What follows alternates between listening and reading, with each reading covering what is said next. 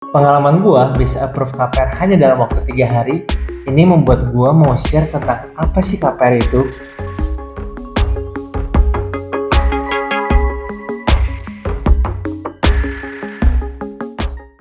Ternyata KPR properti itu udah ada sejak lama, dari tahun 1976. Dan pertama kali yang memberikan KPR adalah Bank BTN. Ini berita dari tahun 2021 sudah dikucurkan pembiayaan sampai 352 triliun untuk lebih dari 5 juta keluarga di Indonesia. Dan berita ini juga menunjukkan bahwa orang Indonesia tuh beli rumah mayoritas menggunakan KPR. Jujur buat gue pribadi, KPR ini sangat ngebantu gue untuk bisa memiliki properti. Nah, kebayang kalau gue nggak ada KPR, kayaknya di usia muda untuk beli rumah. Jadi buat teman-teman yang lagi mau KPR atau yang bertanya-tanya, apa sih KPR itu? KPR itu adalah kepanjangan dari kredit pemilikan rumah. Fasilitas yang diberikan oleh bank untuk kita membeli suatu rumah dengan cara dicicil melalui bank. Jadi nanti kita ada cicilan atau kita ada utang ke bank, sehingga kita nanti akan nyicilnya ke bank selanjutnya. Nah, buat teman-teman untuk memudahkan lebih mengerti apa itu KPR atau bagaimana prosesnya, jadi saya beri ilustrasi. Di sini contohnya adalah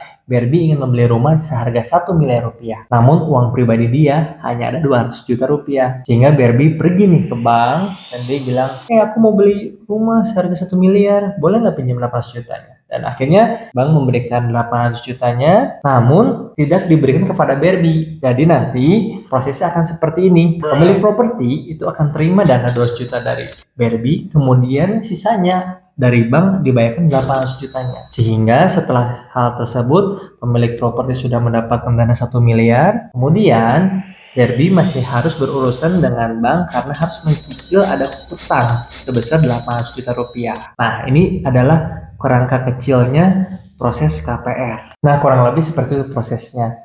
Nanti Barbie harus membayar ke bank setiap bulannya, dan ada bunganya, dan ada juga jangka waktunya. Itu akan gue share di next video ya. Sekarang gue mau share tentang KPR dulu. Jadi karena itu beli propertinya dalam bentuk rumah, maka disebutlah KPR. Tapi kalau teman-teman mau belinya apartemen atau tanah, itu ganti katanya di KPA, KPT, kredit pemilikan apartemen, kredit pemilikan tanah. Jadi memang KPR ini banyak pro and kontranya teman-teman. Ada yang bilang better sewa dulu, ada yang bilang better KPR karena memiliki suatu rumah adalah standar kesuksesan orang Indonesia. Namun di sini gue nggak mau ngebahas dari sisi IQ-nya atau sisi intelligence-nya karena udah banyak content creator lainnya share tentang itu. Di sini gue akan bahas secara emotional quotes atau dari sisi perasaan.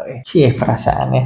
Oke, yang gue rasakan kenapa sih gue KPR rumah? Jadi gue tuh udah capek jadi kontraktor ya, kontrak sana, kontrak sini ya, itu bahasa-bahasa kita.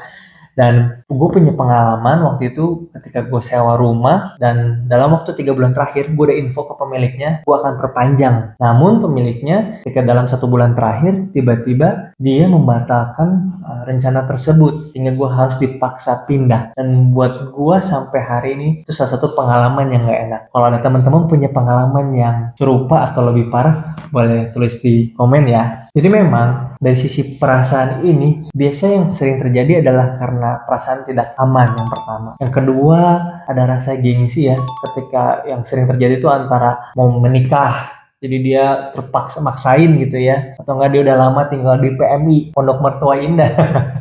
Jadi ini biasa membuat orang memaksakan diri untuk KPR. Dan yang terakhir seperti gua tadi, karena tiba-tiba diusir gitu, itu kan menyebalkan banget. Jadi buat kamu yang suka video ini, boleh dukung gua dengan cara like dan subscribe, dan tunggu gua di video selanjutnya ya.